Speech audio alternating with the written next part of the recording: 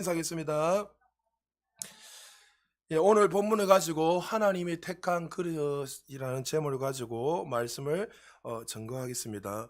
오늘 본문은 한 사람의 인생이 주님을 만나고 어떻게 변화되는지 바뀌는 장면이 오늘 본문에 나옵니다. 그의 인생은 정말 평범한 인생이 아니었지만 하나님을 만나고 난 후에 그 인생이 사명을 발견하고 그 사명을 위해서 자신의 모든 인생을 살아가게 되는 그 장면이 바로 오늘 본문의 내용입니다. 우리는 먼저 오늘 본문에 들어가기 전에 한번 오늘 여러분들 말씀을 들으면서 나는 정말 주님을 만나고 회심한 경험이 있는지 한번 우리 인생을 점검해 보는 시간이 되었으면 좋겠습니다. 우리가 인생 속에서 주님을 만나게 되면 반드시 나타나는 것이 있는데 나 중심에서 하나님의 중심으로 바뀌게 되고, 또 당연한 것은 그에게는 반드시 오늘 본문에 나오는 것처럼 이 사명을 발견하고 이제 나를 위해서 인생을 살아가는 것이 아니라 나를 부르시고 나를 선택하시고 나를 의롭게 만드신 그 전지전능하신 하나님의 영광 위해서 살아가는 사명자로 반드시 살아가게 되어 있습니다. 여러분, 우리가 정말 여러분들이 교회를 오랜 시간에 다니다 보면 나도 모르게 내가 나는 거듭났다고 이렇게 생각하는 사람들이 많이 있습니다. 그냥 교회를 어릴 때부터 나는 모태신앙으로 자랐고, 또 자연스럽게 부모님을 통해서 교회를 계속 왔다 갔다 다니다 보면은 내가 지금 회심을 하고 내가 하나님의 자녀가 되었다. 주는 그리스도 살아계신 하나님의 아들아 고백할 수 있는 것은 전적인 은혜고, 하나님이 우리 안에 들어오지 않으면 결단코 그렇게 고백할 수 없지만, 그러나 반대로 어떤 사람들은 종교적으로 또 주의를 이렇게 익숙하게 들이다 보니까 하나님을 만나고 회심한 경험이 없는데 불구하고 나는 마치 구원받은 사람처럼 살아갈 때가 많이 있습니다. 그래서 이 자연스러움이 얼마나 위험하다는 게, 그러니까 자연스러움이 익숙해지다 보면 무감해지다 보면 나도 모르게 그냥 도태되고 또 매너리즘에 빠져서 살아갈 때가 많이 있습니다. 왜 하나님의 뜻은 우리가 계속 영광에서 더 큰 영광 올라가는 것이 하나님의 뜻인데, 우리의 삶 속에서 하나님의 그 사명을 발견하고 자녀가 되면 반드시 우리 삶에 나타나는 것들은 하나님의 그 모든 성품들이 자연스럽게 나타나는 거죠. 우리가 가면 어둠이 사라지고 눌린 자들이 자유케 되고 안전병이 일어나고 또 직장이 그냥 잘 될 수밖에 없고 여러분의 감정이 풀어지고 가는 곳곳마다 하나님이 주시는 그 은혜가 나타나는 것이 자연스러운 거예요. 할렐루야. 이거는 여러분들 자연스러운 거예요. 우리가 거듭나면 내가 애쓰고 노력하는 것이 아니라, 여러분 빛이 감춘다고 빛이 사라집니까? 빛은 빛이에요. 우리 안에 하나님의 영생이 있고 그 생명이 들어와 있으면 그 생명의 그 신은 자연스럽게 나타나는 것이 당연합니다. 근데 많은 사람들이 어릴 때부터 자연스럽게 이렇게 신앙생활을 하다 보니까 이 회심의 경험을 하지 않고 나는 하나님의 자녀인갑다. 여러분 보고 뭐 바울과 같이 이런 뭐 갑자기 뭐 초자연적인 그런 막 눈이 보이지 않고 빛을 보고 이런 경험하면 귀한 일이죠. 그러나 이런 경험을 못했더라도 주는 그리스도의 살아계신 하나님의 아들이라는 것을 정말 만나고 내가 얼마나 큰 죄인이라는 이 사실을 깨닫고 변화되는 이 회심의 경험이 우리에게는 반드시 있어야 된다는 거예요. 할렐루야. 근데 많은 사람들이 어떻게 해요? 그냥 교회를 다니니까 내가 교회를 다니고 찬양을 부르고 말씀을 읽으니까 나는 구원받았고 나는 하나님의 자녀이고 이렇게 인식할 때가 많이 있다는 거죠. 여러분, 오늘 이 말씀을 잘 들으면서 여러분이 만약에 회심을 경험했다면 이제 이 경험한 자답게 사명자로 사시기 좀 축복합니다. 그러나 여러분가 아직 회심을 경험하지 못했다면 오늘 말씀을 들으면서 하나님을 초청하시고 정말 바울이 만난 그 하나님을 만나고 여러분의 삶에 새로운 문이 열리기를 주의 이름 축복합니다. 리차드 백스터 목사님, 청교도로 탁월한 목사님인데, 이 목사님이 회심으로서 초대라는 이 책에 이 회심에 대해서 이렇게 설명하고 있습니다. 회심이란 한 인간에게 한두 가지나 수십 가지의 변화가 일어난 것이 아니라 한 인간의 영혼 전체, 생각과 감정과 행위, 지식과 감정과 의지, 이 모든 그의 삶 전체의 방향과 성향이 완전히 새롭게 되고 변화되는 것이 회심이다, 이렇게 말씀하고 있습니다.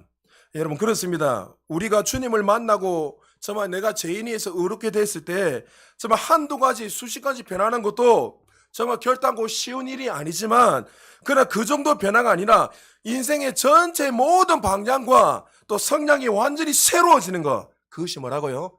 회심이라는 거죠. 하나님을 정말 우리가 주는 그리스도 살아계신 하나님을 구원자 하나님을 만나게 되면 우리의 가치관, 목적, 성품 그리고 나 중심으로 살았던 인생이 이제 하나님의 중심으로 성령의 이끌림 받아서 정말 주님의 나라를 위해서 살아가는 것이 자연스럽다는 거죠. 어떤 분들은 이렇게 말합니다. 사람들이 다 기질대로 쓰임받는 거 아닙니까? 그럴 수 있습니다. 그러나 이 말씀을 할 때 우리가 조금 조심해야 됩니다. 하나님의 일을 할 때 사명자로 부름을 받을 때는 내 기질대로 쓰임받는 것이 아니라 그 기질이 다 꺾이고 바뀌어야 되는 거예요. 할렐루야. 내 기질대로 쓰임받는 게 아니라 내 중심, 내 사고, 내 생각대로 살아갔던 그 인생이 이제는 하나님의 중심으로 하나님의 사고로 그 성품과 모든 것들이 기질들이 다 바뀌는 거예요. 그게 창세기부터 계시록까지 다 읽어보면 보십시오. 하나님이 그들을 부르실 때에 그들의 모난 부분도 있고 여러 가지 있지만 하나님이 그를 어떻게 마침내 하나님이 원하시는 걸작품으로 빚어서 만드시잖아요.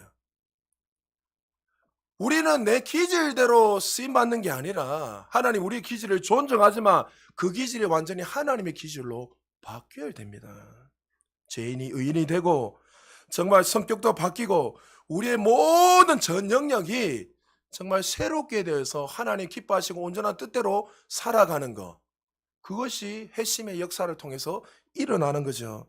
여러분 한 사람이 회심하게 되면 왜 회심이 중요하냐면 하나님 만나는 게 왜 중요하냐면 한 사람이 하나님을 만나고 죄를 깨닫고 완전히 변화되고 새롭게 되면 그 인생만 변화되는 것이 아니라 그 인생을 통해서 직장이 변화되고 지역이 변화되고 나라가 변화되고 열방이 변화되는 거예요.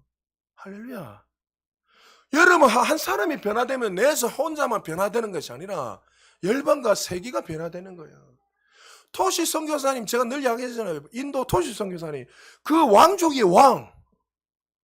그러니까 인도에서 그 왕족으로 살면 돼요. 여러분 카스트 제도는 얼마나 인도에서는 아직도 천민은 천민처럼 살아가잖아요. 내가 다음 세계 태어나면 내가 왕으로 살아갈 수 있을까?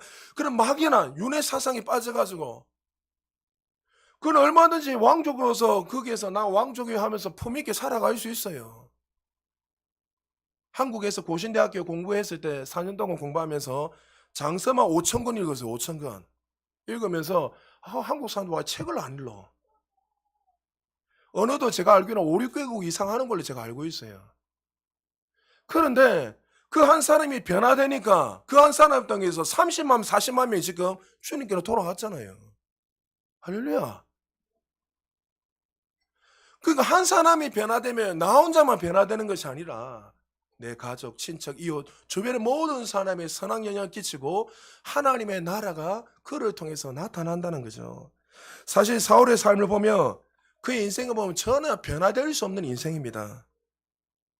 사울같이 고집이 세고 완전한 자가 어디 있습니까? 그는 하나님을 누구보다 잘 안다고 생각했던 사람입니다. 구약의 능통한 유대인이었습니다.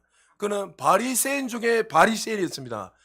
일반 그냥 바리새인도 대단한 거예요. 바리새인은 아침부터 저녁까지 밤낮 주야로 날마다 모세오경을 달달달 암기하고 외우고 가르치는 자입니다. 근데 바리새인 중에 바리새인의 말은 뭐냐면 내만이 유일한 아브라함의 후손이고 그리고 여러분 이스라엘이 얼마나 침략을 많이 당했습니까? 우리나라처럼 침략을 당할 때에 일제의 치하에 우리나라를 빼앗기고 창씨 개명을 하고 있을 때 어떻게 많은 사람들이 어떻게요? 이름을 바꾸고 자기가 살기 위해서 어떻게 이름을 바꾸고 나라를 팔아먹고 매국노 같이 그렇게 많이 살았잖아요. 근데 바리새인 중에 바리새인이란 이 말은 뭐냐면 그런 어려움을 당하고 나라를 버리고 도망가고 사마리아니 그래서 이 유대인들이 계대점령이잖아요. 자기들이 어려울 때 나라를 버리고 그 바벨론과 쉽게 말해서 아수르와 결혼했잖아요. 그러니까 그런 수많은 어려움 가운데 어떻게 해요? 나의 소장, 내 조상 윗대로 계속 올라서 쫙 내려왔을 때 우리는 한 번도 하나님의 신앙을 버린 적이 없고 말씀을 벗어나지 않고 말씀을 끝까지 지킨 사람이 바리새인 중에 바리새인이에요. 그거 얼마나 율법적으로도 완벽하게 지켰고 가문적으로 뿐만이 아니라 그런 누구보다도 정결하게 깨끗하게 날마다 살기 위해서 살았던 전통 유대인이요 바리새인이었습니다. 이것뿐만이 아니라 그는 로마의 시민권을 가진 자라고 말했습니다. 그 당시에 로마의 시민권을 얻는 것은 두 가지밖에 없지요. 로마의 그 말 그대로 로마에서 태어나든지 로마 사람이든지 아니면 돈이 어마어마하게 많아가지고 돈 주고 로마 시민권을 사는 거예요. 로마 시민권을 획득하게 되면 이 로마의 그 법의 혜택뿐만 아니라 그 권리를 마음껏 누리며 살아갈 수 있는 거예요. 그 당시 로마가 어떻게 해요? 전 세계를 장악하고 다스리고 있었기 때문에 어느 누구도 로마 시민권을 건들 수 없습니다. 여러분 우리 사도행전 공부할 때 제가 여러 번 이야기했지만 여러분 미국의 두 사람이 이 기자가 그 사람은 한국 사람인데 그 북한에 가서 이렇게 관광을 하고 기자하게 잠시 가다가 여러분 감금당했잖아요. 그때 누가 갔죠?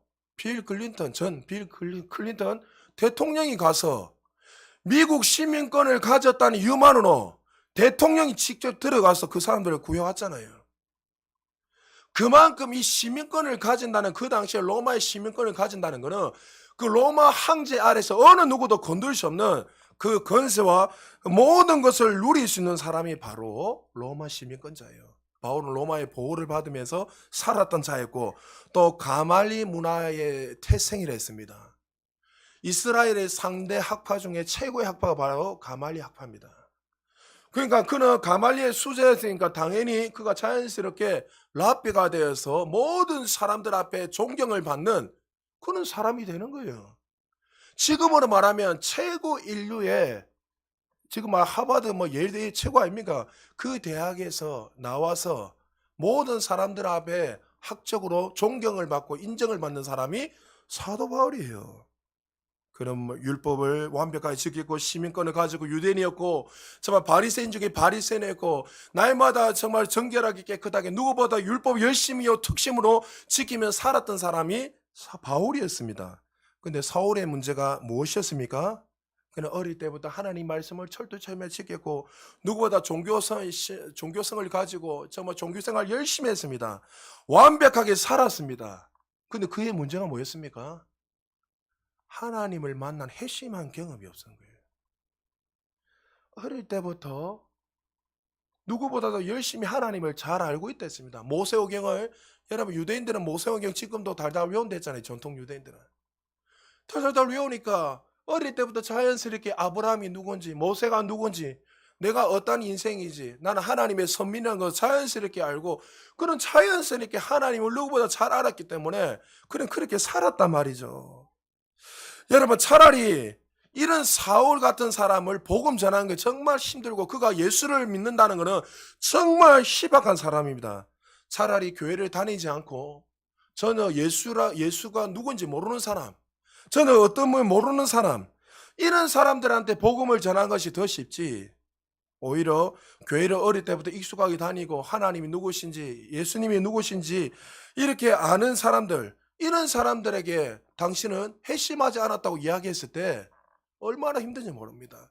제가 부목사 생활할 때에 제가 지금 목회 오래 20년 가까이 하고 있으니까 부목사 생활을 하면서 신방 갈 때마다 제가 대신방하면 끊임없이 물어보는 것 중에 하나가 그거였습니다. 부목사님 가정이든 장로님 가정, 권사님 가정, 원로 목사, 원로 장로님 할 것 없이 제가 원로 목사님한테도 신방 가서 그 이야기 했습니다. 목사님 구원 받으셨습니까? 원로 목사님 얼마 기가 차겠습니까? 여러분 한번 생각해 보세요. 새빨개 젊은 목사가 와가지고 목사님 구원 받으셨으면 이러니까 기가 안 차겠어요? 원로 장로님한테 그 이야기 기가 안 차겠습니까?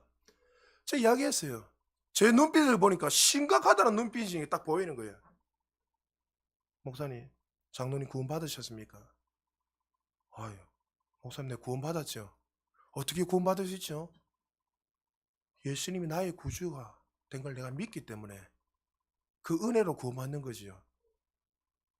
여러분, 근데 개 중에 신앙생활 수십 년 했다고 어릴 때부터 했던 분들 중에서 충격적인 말을 저는 너무 많이 들었습니다.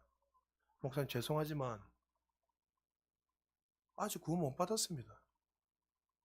솔직하게 이야기한 게 참 대단하죠. 사실 제가 교회만 왔다 갔다 했지 하나님을 만난 경험을 하지 못했습니다. 참 정직하시고 정말 진실하시죠. 그때 제가 복음을 전하고 기도해 줄 때 성령이 임하면서 그렇게 권사님들 중 가운데, 장로님들 가운데, 성도님 가운데 그날 회심하는 역사가 일어난 걸 저는 많이 봤습니다.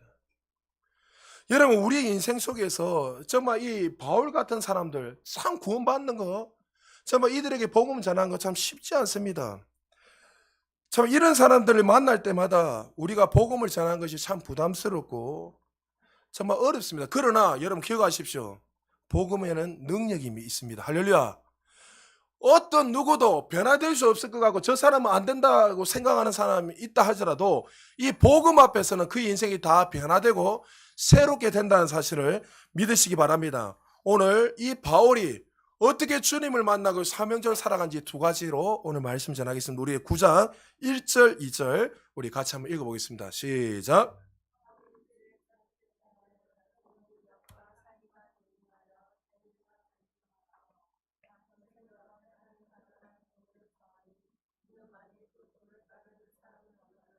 남녀를 막론하고 결박하여 예루살렘으로 잡아오려 함이라. 사울은 지금까지 주의 제자를 위하여 어떻게 해요? 위협과 살기가 등등 했다 말하고 있습니다.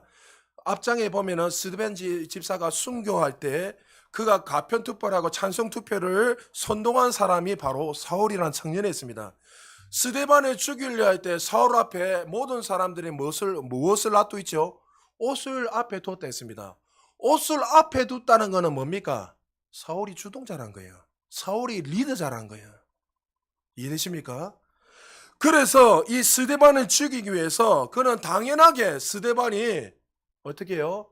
하나님의 율법을 어겼다는 걸 알고 돌을 들고 죽여버렸습니다.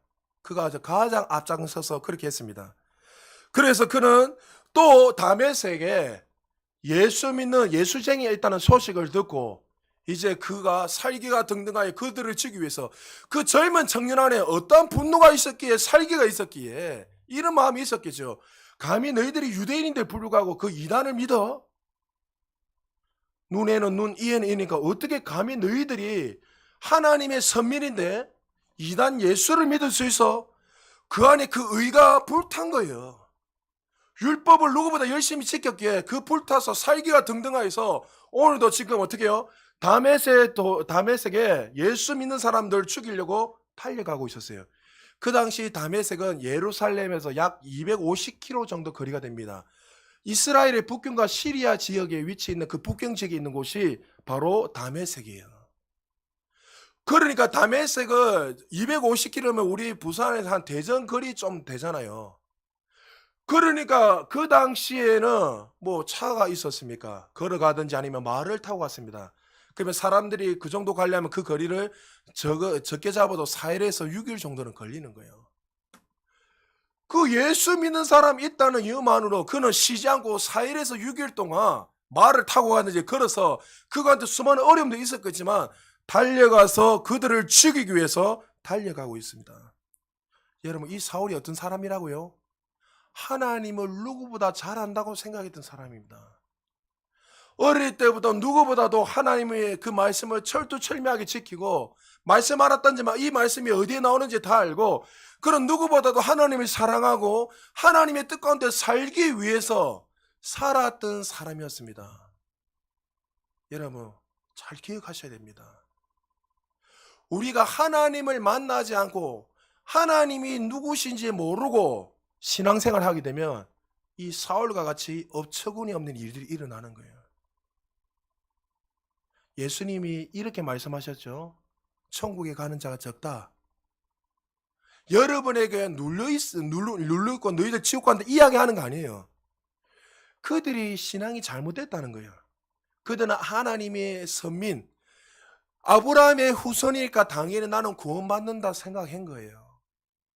여러분 부자와 거지 나사로가 있을 때 부자가 어디로 갔습니까? 천국 갔습니까? 지옥 갔습니까? 지옥 가죠. 부자는 뭘 했습니까? 그 지옥에서 아버지 아브라함이여 했습니다. 맞죠?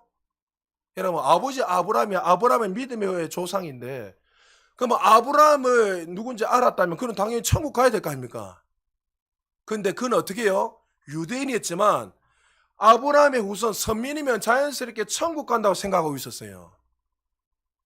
혹시 우리 가운데 교회만 왔다 갔다 하면 천국 간다고 생각하는 분도 계십니까? 그 교회를 왔다 갔다 하면 그 교회라는 어떤 통로를 통해서 주님을 만날 수는 있지만 교회를 다닌다고 천국 가는 게 아니에요. 예수님을 나의 구주로 믿어야 천국 가는 거예요. 할렐루야. 이 믿는 것도 내 노력, 내 열심이 아니랬죠. 죽었던 우리의 영을 누가요? 성령님이 찾아오셔서 우리의 영을 열어주셔서 믿게 만드는 거예요. 그것이 은혜예요, 은혜. 할렐루야.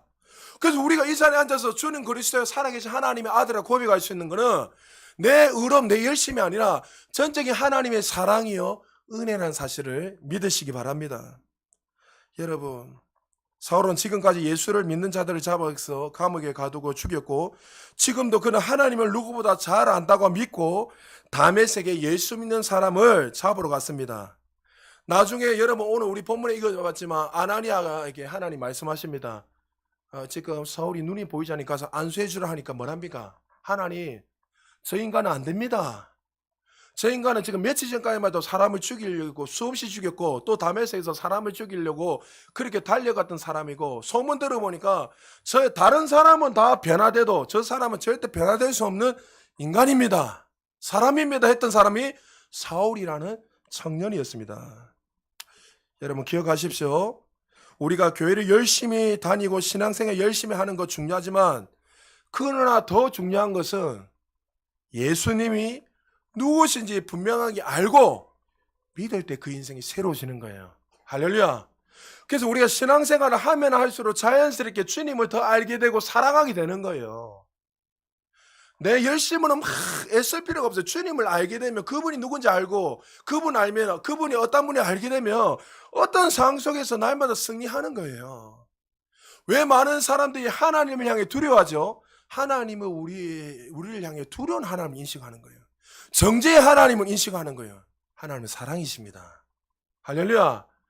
여러분이 아직 죄인 되었을 때에 여전히 우리를 사랑하셨어요. 여러분이 의로운 행동을 한다고, 여러분이 실수한다고, 내가 거듭나고 구원받았다고 해서 내가 죄를 짓고 실수한다고 해서 하나님이 우리를 책망하시고 정죄하는 하나님이 아니라 여전히 하나님은 우리 죄를 모르시고 사랑으로서 우리를 보고 계세요. 왜요? 하나님은 사랑이시기 때문에. 할렐루야.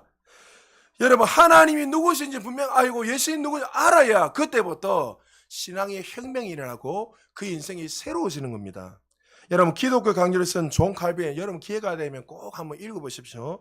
이 기독교 정말 이 금세기에 책 다음으로 가장 탁월한 책이 이거는 뭐 모든 사람들이 다 인정합니다. 기독교 강요. 이 기독교 강요는 우리 교단이 아니라도 다른 교단에서도 다 인정하는 것이 기독교 강요입니다.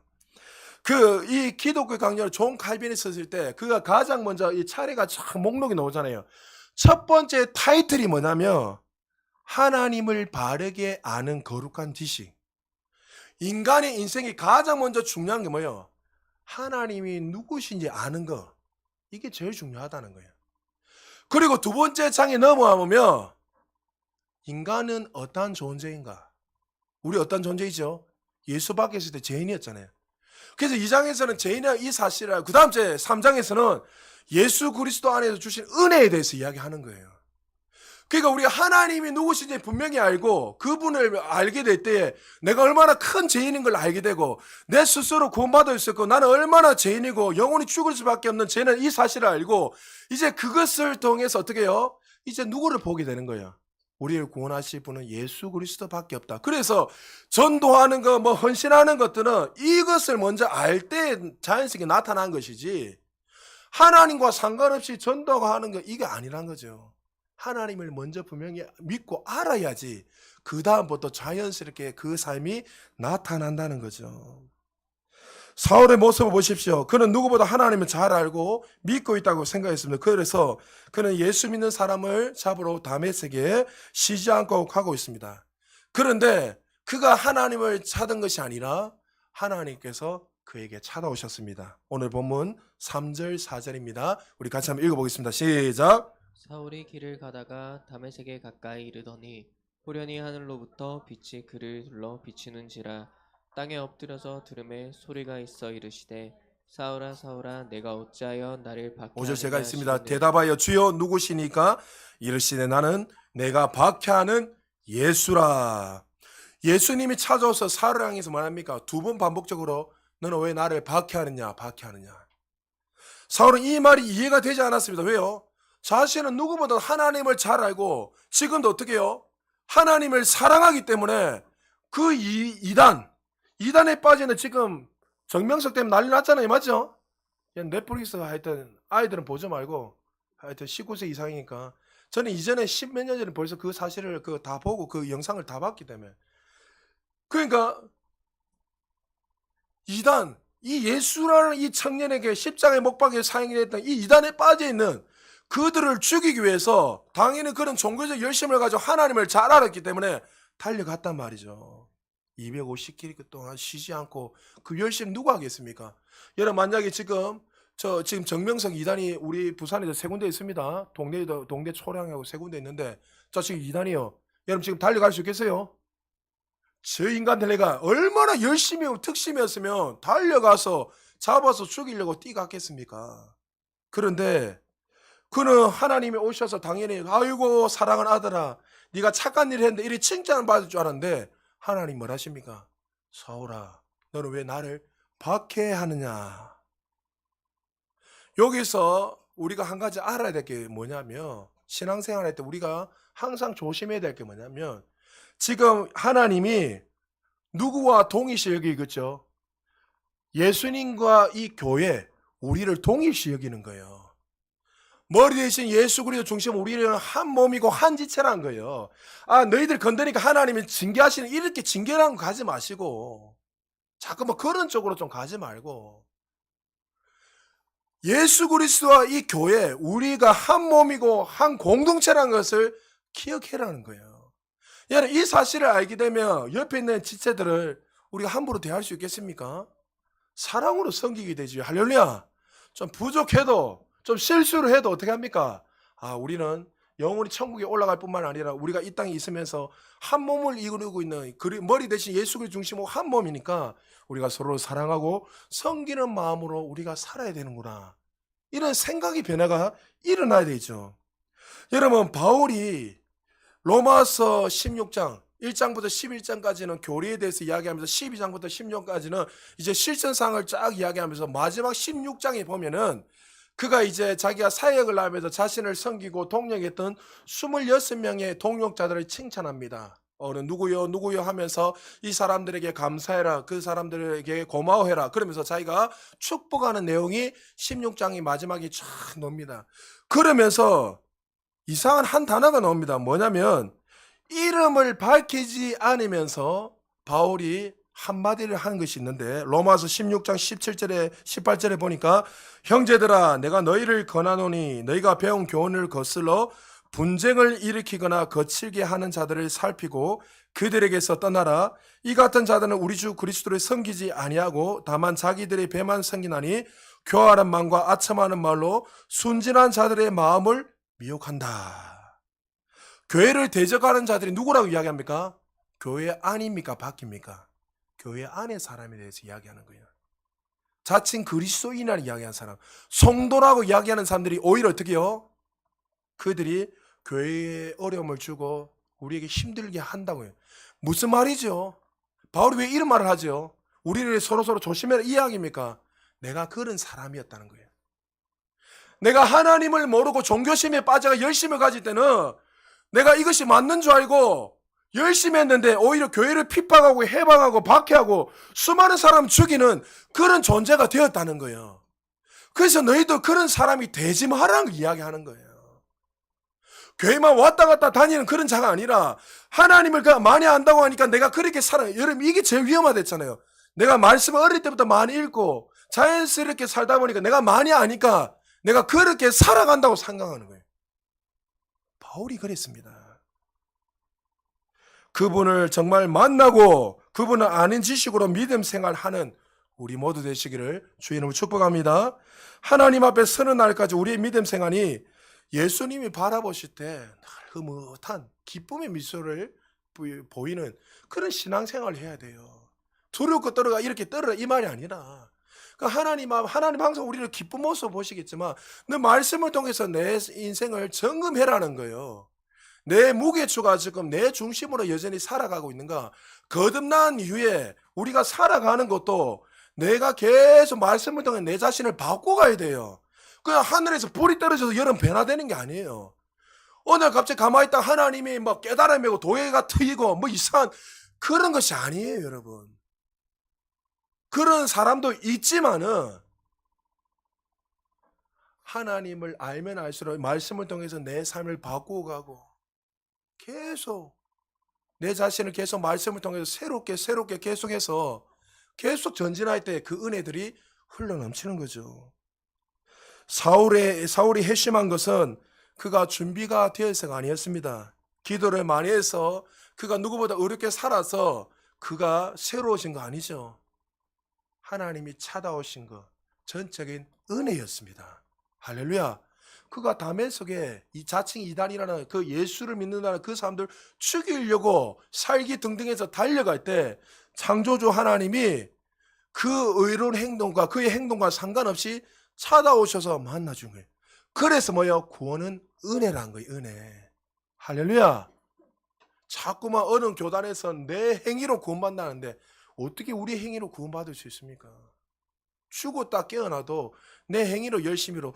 여러분 우리 뭐 감동하면 갈라디아서 제가 수요일날 할까 고민하고 있는데 여러분 뭐 갈라디아인들에게 이야기하잖아요. 이 바보들아 시작하잖아요. 하나님의 은혜로 구원해 주시고 그 은혜에 의하여 이미 모든 것을 다 공급해 주셨는데 그 개종했던 유대인들 가운데 어떻게 해요? 그 은혜를 무시하고 여전히 율법으로 살아가고 있는 거예요. 그러니까 어리석도다 갈라디아인들이여 이 바보들아 정신 차리라 이리 향해. 하나님이 예수님을 통해 은혜를 우리에게 이미 다 공급하셨습니다. 할렐루야. 채찍에 맞음으로 나음을 입었습니다. 할렐루야.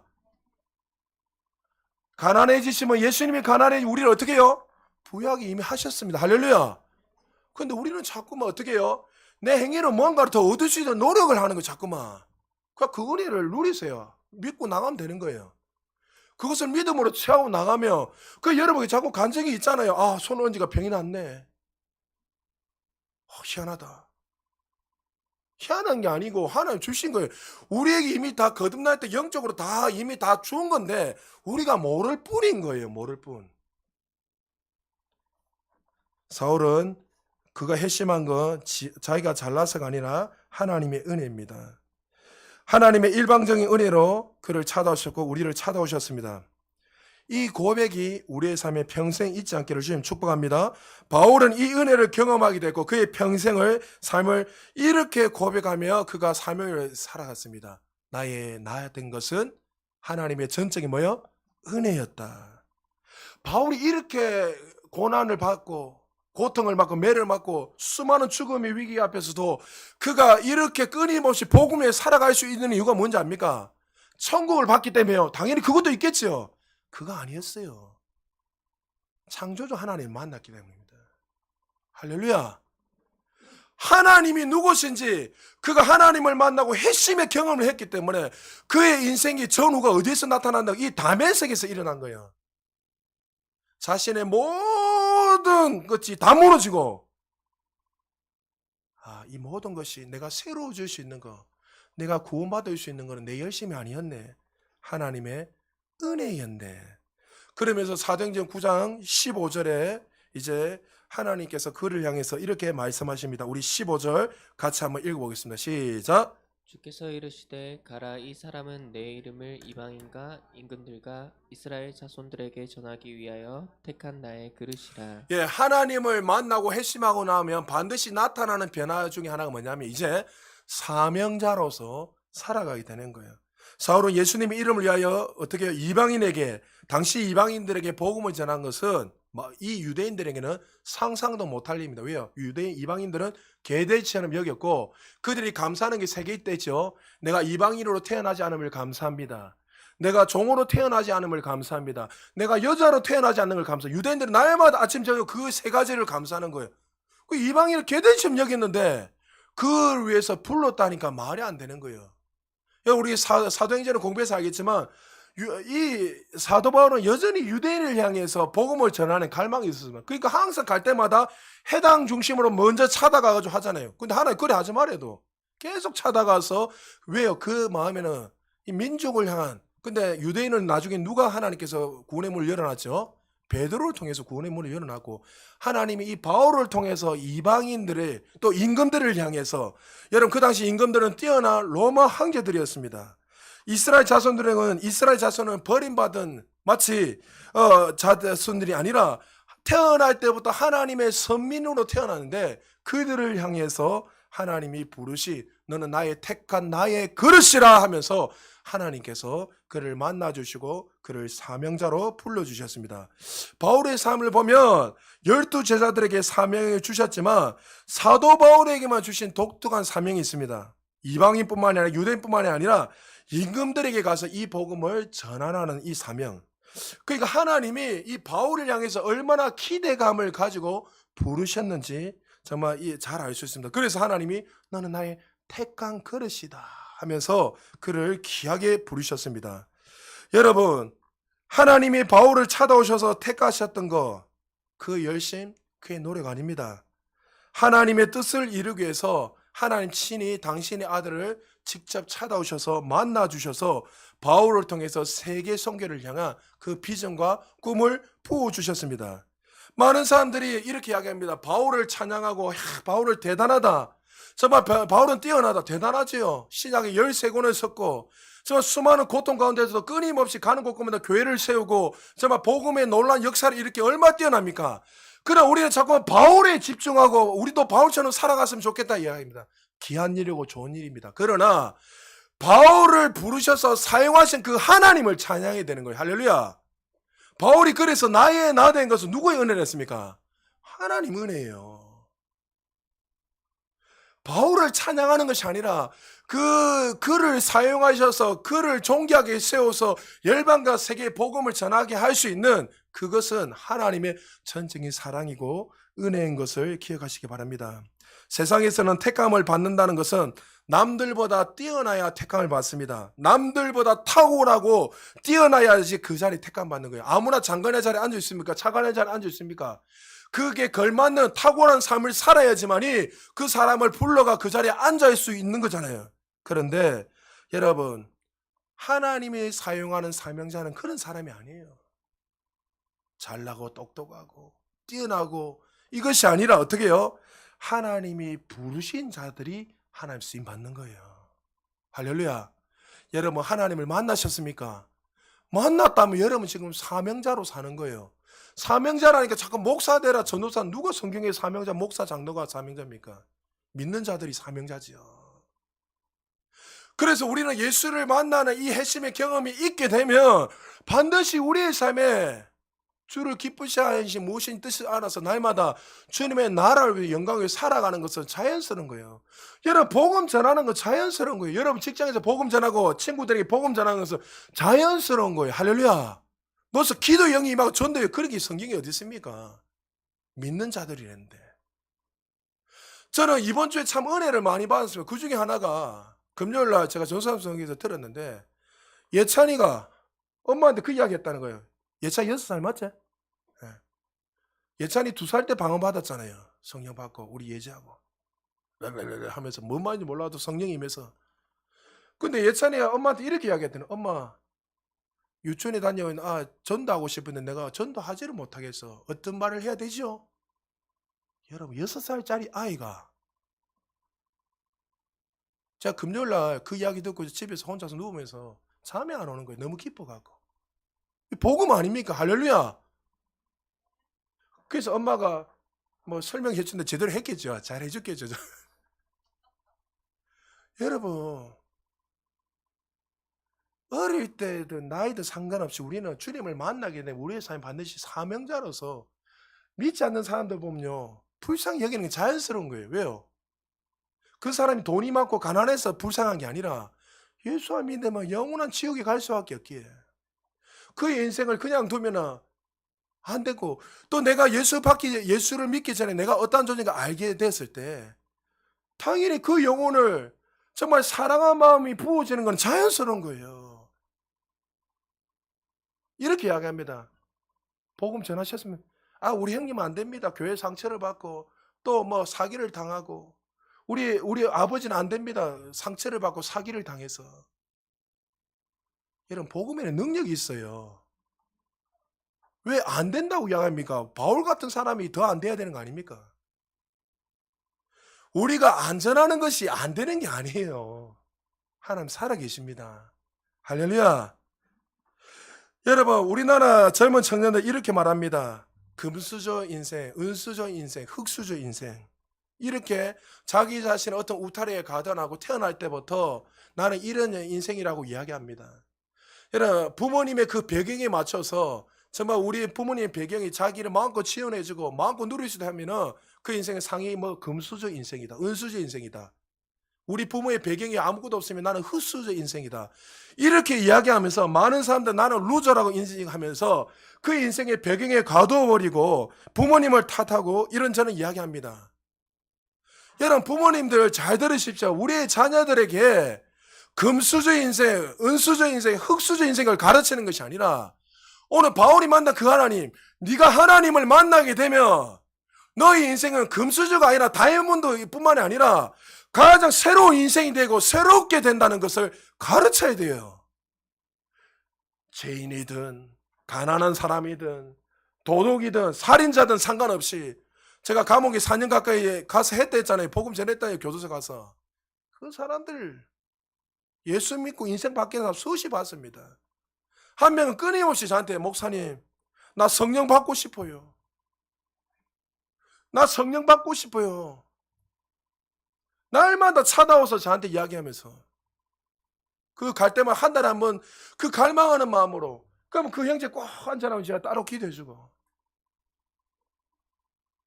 그 인생이 새로워요. 그래서 제가 그 이야기 했어요. 정원아, 그 아이 이름이 정원이거든요. 니는 살인자지 마. 네가 여기 있는 동안에 무기수입니다. 근데 무기수가 열심히 하다 보면 또 이렇게 풀려서 20년 이렇게 줄어든단 말이에요. 감량이. 네가 열심히 모범수로 그렇게 살고 거기서 죽을 때까지 복음을 전해라. 전하면 너를 통해서 더 많은 영혼들이 구원받게 되고 그렇게 살고 있다는 거예요. 실제로.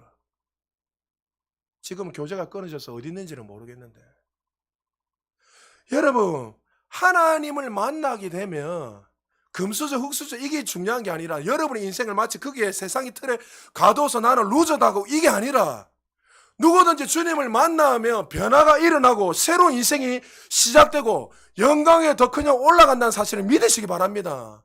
우리 자녀들 엄마가 아버지가 지원을 못하고 어떤지 저떤지 그거 세상 사람들을 비교하지 마세요. 여러분이 창조주 하나님을 만나게 되면 최고의 걸작품으로서 쓰임받는 거예요. 할렐루야. 12제자들 중에 완벽한 사람이 누가 있었습니까? 예수님을 다 버리고 부인하고 그 당시에 최고 선민, 최고 보잘것없는 절반 이상이 어부였습니다. 어부. 세리마태, 매국노잖아요. 가룟 유다는 예수님을 팔았습니다. 그런 보잘것없는 인생이었는데 창조주 하나님을 만날 때에 그들이 성령을 체험하고 하나님을 만나 그의 인생들은 완전히 새로워진 거예요. 여러분, 주님을 만나게 되면 반드시 사명자로서 주님의 영광을 위해서 살아가는 거예요. 바울이 주님께 사명을 받을 때 고린도전서 15장 10절에 이렇게 고백합니다. 우리 같이 한번 읽어볼까요? 시작. 그러나 내가 나된 것은 하나님의 은혜로 된 것이니 내게 주신 그의 은혜가 헛되지 아니하여 내가 모든 사도보다 더 많이 수고하였으나 내가 한 것이 아니요 오직 나와 함께 하신 하나님의 은혜로라. 바울은 이 은혜를 깨닫고 어떤 사도들보다 누구보다 더 열심으로 특심으로 했습니다. 이렇게 할 수 있는 거는 자기 행위 열심이 아니었다는 건 뭐예요? 내 안에 역사하시는 은혜였다. 그 은혜가 어디부터 시작했을까요? 다메섹 도상에서 그 부활하신 그 주님을 만나 그 인생이 완전히 새로워진 거예요. 이 은혜를 과거로 돌아가는 그 이야기는 여러분 첫사랑을 자꾸 집중하면 안 됩니다. 그 은혜를 받으면 계속 전진해 나가야지 왜 자꾸 첫사랑이 머물러 있습니까? 그러니까 바울은 그 은혜를 경험한 난 이후에 그 은혜에 사로잡혀서 이 복음에 완전 노예가 되었고 마치 예수님의 노예가 된 것처럼 그런 가는 곳곳마다 예수님의 흔적을 나타내고 그리스도를 자랑하며 살았습니다. 그가 감옥에 갇혀 있을 때도 복음을 전했습니다. 사형원들을 받으면서도 그 주변에 만나는 사람들마다도 늘 예수님을 증거했던 사람입니다. 그가 어느 정도로 미쳤냐면 베스도 각하 앞에서 그 왕이잖아요. 그 베스도 임금 앞에 섰을 때 바울이 이렇게 말합니다. 베스도 각하여, 내가 지금 이렇게 묶여 있는 거, 내가 제수의 신분 외에 당신도 나와 같이 되기를 원합니다. 베스도 뭐랍니까? 네 많은 학문에, 니는 수많은 학문 때문에 네가 미쳤다 이래. 아닙니다. 내가 미친 것이 아닙니다. 이 복음이 나를 그렇게 만든 겁니다. 그 은혜가 나를 이렇게 만든 겁니다. 주변의 사람들 만날 때마다 내가 제수의 신분이지만 제수의 신분 외에 모두 당신들도 내가 만난 예수 그리스도를 만나기를 원합니다. 여러분, 주님을 만나셨습니까? 여러분 만났다면 이제 우리는 하나님이 우리를 부르셔서 너는 나의 택한 그릇이라면서 우리에게 모든 사명을 주셨어요. 그럼 이 사명을 어디서 해야죠? 가정에서, 직장에서, 학교에서 만나는 사람마다 내가 만난 그 예수 그리스도를 증거하는 거예요. 할렐루야. 여러분에게 부끄러운 게 아니라 예찬이 법서 좀 여러분 우리 도전 받아야 돼요. 할렐루야. 저 아이도 어떻게 해야죠? 진짜 부끄러워하는 게 아니라 우리가 도전 받으라고 이야기하는 거예요. 아, 하나님 살아계시구나. 여러분, 말씀 마무리하겠습니다. 오늘 말씀을 잘 기억하시기 바랍니다. 우리의 삶에 먼저 주님을 만난 핵심의 사건이 있어야지 그 다음에 사명자로서 살아가야 됩니다. 미국에 부흥을 일으켰던 사람 중에 많은 사람들 중에 한 사람을 이야기하면 무디 선생이 될 겁니다. 무디는 목사가 아니었습니다. 무디는 초등학교도 제대로 갓 졸업했던 정말 공부도 제대로 못하고 글자도 제대로 잘 읽지 못하는, 지금은 미국의 절반 이상이 영어를 제대로 쓰지를 못한답니다. 실제로. 그러니까 문명인이 그리 많은데 그는 초등학교도 갓 졸업에 제대로 졸업했던 못한 사람이었는데 그 인생 속에 100만 명 이상의 사람들을 주께로 돌이키게 하는 놀라운 일들이 일어났습니다. 그는 어릴 때 4살 때 아버지가 가난한 노동자였는데 떠나게 돌아가셨고, 어머니 나중에 7남매를 다 키우다가 나중에 자기가 조금 더 나이가 들 때 놔두고 돌아가셨는데, 그는 이제 초등 공부를 끝나고 난 이후에 이제 뭘 먹고 살아야 몰라서 그가 보스턴에 있는 삼촌 집에 구두 수선공으로 들어가게 됩니다.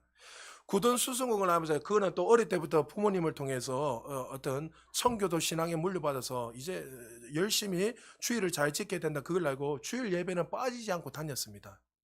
근데 어느 날 갑자기 주일날 예배 들어갔는데 선생이었던 에드워드 킴볼 선생님이 그에게 이렇게 질문합니다. 무디야, 너는 회심한 체험이 있느냐? 그러니까 이 무디가 그 킴볼 선생님한테 이렇게 말한 거예요. 선생님, 무슨 말입니까? 내가 18년 동안 누구보다도 신앙생활을 열심히 했는데요. 킴볼 선생님 다시 질문합니다. 그 이야기가 아니라 너는 정말 주님을 만나고 회심한 경험이 있느냐? 그러니까 무디가 없는 거예요. 교회만 왔다 갔다 한 거예요. 그때 충격을 받고 그때 킴볼 선생님과 함께 무릎을 꿇고 기도하면서 그때 주님을 영접하게 됩니다. 영접하게 될 때 그때 주님이 찾아오셔서 그 주님을 만나게 됐고 그의 인생이 그때부터 새로워지기 시작하는데 구도수송을 하면서 이제 아이들, 그때 가난한 아이들 많으니까 아이들 한 사람 한 사람을 가르치기 시작합니다. 가르치다 보니까 기하급수적으로 숫자가 너무 많이 감당이 안 되는 거예요. 그렇게 점점 하다가 그가 이제 본격적으로 사역자는 아니지만 복음을 전하면서 그 일들을 하다 보니까 결론은 어느 정도 됐냐면 나중에 100만 명이라는 사람들을 영혼을 구원하게 됩니다. 한 번은 많은 전 세계에 이 무디의 소식을 듣고 그가 1867년도에 30살 때 영국에 방문하게 됩니다. 영국에 방문하게 됐을 때 수많은 사람들이 무디가 온다는 소식을 듣고 모여들었습니다. 그때 여러분 고아의 아버지였던 조지 밀러 잘 아시죠? 5만 번 기도 응답받은 조지 밀러. 그 조지 밀러도 제자들이 많이 있었는데 무디가 수많은 사람들에게 감동을 주고 설교하니까 모든 사람 은혜를 받고 또 실제로 수많은 사람 회심을 하고 중국 선교로 또 일본 다른 나라의 선교로 결단한 나간 사람들이 그 시대에 어마어마하게 많았습니다.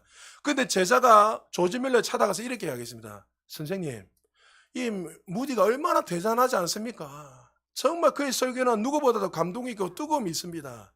정말 이 무디는 뛰어난 사람 아닙니까? 그때 조지 밀러가 이런 말을 딱 한마디 했습니다.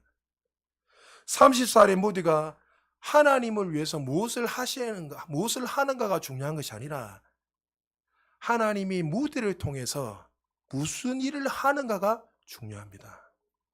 여러분 잘 들으셔야 돼요. 우리는 사람에게 너무나 집중해요. 여러분, 무디가 중요한 게 아니라 그 무디를 사용하시는 하나님이 중요한 거예요. 여러분, 사도 바울도 이 고백이 통일했을 거예요. 내가 성경 13권을 쓰고 가는 곳곳마다 교회를 세우고 이방 나라에 교회를 세우고 가는 곳곳마다 수많은 사람들이 칭송을 하고 수많은 사람들이 조력자, 수많은 사람들이 바울 선생이요 바울 선생 얼마나 칭송을 했겠습니까? 그러나 그는 뭐요? 나의 나된 것은 하나님의 은혜입니다. 여러분 질문합니다. 여러분은 이 바울과 같이 그 회심한 다메섹이 있습니까? 어디입니까? 마음속으로 대답하십시오. 만약 여러분들이 바울과 같이 수많은 사람들 같이 그 주님을 만난 이 다메섹이 있다면 그 다음 질문하겠습니다. 그때부터 사명자로 살아가는데 이 사명을 위해서 어떻게 살아가고 계십니까? 아직도 하나님이 없이 원망하면서 내일 뭐 먹을까 그거에 집중하면서 오늘날 하루하루 그렇게 살아가고 있습니까? 여러분의 인생이 얼마나 귀하고 존경을 알아야 됩니다. 우리는 하나님의 최고의 작품입니다. 할렐루야. 그렇게 존귀한 자들인데 왜 같이 이렇게 살아갑니까?